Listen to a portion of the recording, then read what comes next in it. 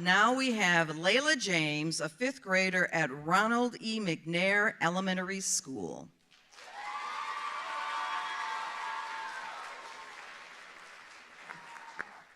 Oh. Hello.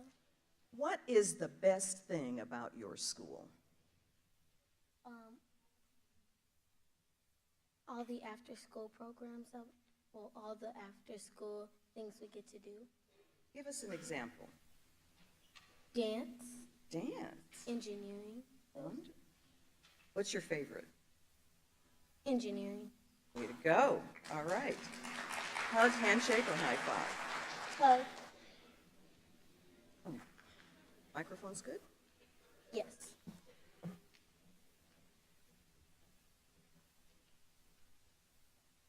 Good morning. My name is Layla James, and I will be presenting a speech on what would Dr. King say to the children of today's world. Today is a special day. It reminds me of Dr. King's dream that one day his children will live in a nation where they will not be judged by the color of their skin, but by the content of their character. You see, Dr. King had a vision for all races to experience freedom without any limitations brought against them because of their skin color. For example, blacks and whites to live in peace and harmony in a society that does not judge them because of their race. My fellow peers, we have made great strides as a race living in America as free citizens. That was a result exercised by our voting rights. Let's not forget that African Americans are getting higher paying jobs, owning businesses, better education, and moving to better neighborhoods to live their American dream. If the Honorable Dr. King was alive today, I wonder, what would he say to the children in the world? Would he be impressed by the great progress we as a race and nation have made? I am still in shock that we had an African American president, Barack Obama, sitting in office representing America. Dr. King would say to the children of today's world that there's always room for improvement. He would speak on how some people are misrepresenting our race by hanging out, drinking, smoking, bullying others, and other actions that may cause them to be treated unfairly because they look or dress different. Dr. King would ask the children to look in the mirror and judge your own character before you judge anyone else's. We, as a nation, have made great progress. Although he'll be disappointed how even in 2018, discrimination still occurs in the workplace and schools. He would encourage us to go back to the table of opportunity and deliver a feast to society full of determination, qualification, and expectations that we can and will hold our own in this world.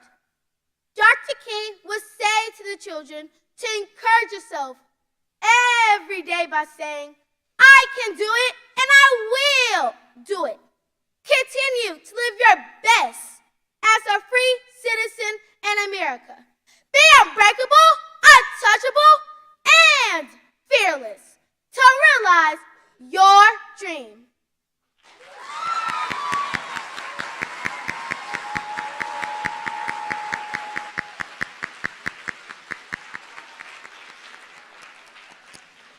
I'm pleased to welcome our next finalist, Jasira King, who's in the 4th grade at William Brown Miller Elementary School.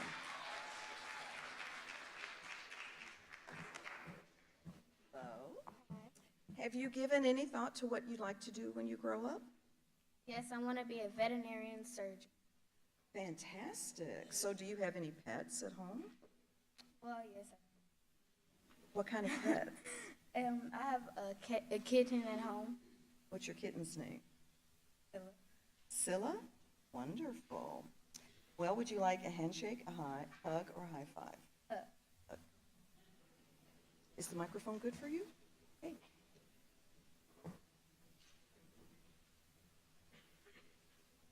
March 24th, 2018.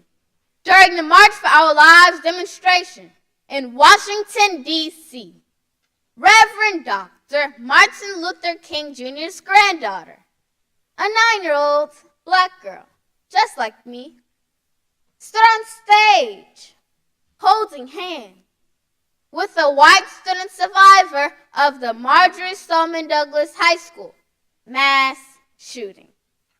Even though the purpose for that march was to stand up and speak out against violence and victimization, I believe the spirit of Dr. King still rejoiced because he saw so many people, including children, whose skin were various shades of color, who love and pray in different ways, and who came from diverse economic and cultural backgrounds.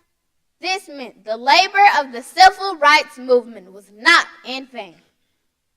Dr. King was a man of integrity, intellect, and initiative. When there are problems, he peacefully protested with a purpose. When there are obstacles, he organized with an objective. When the madness break out, he marched with a meaning.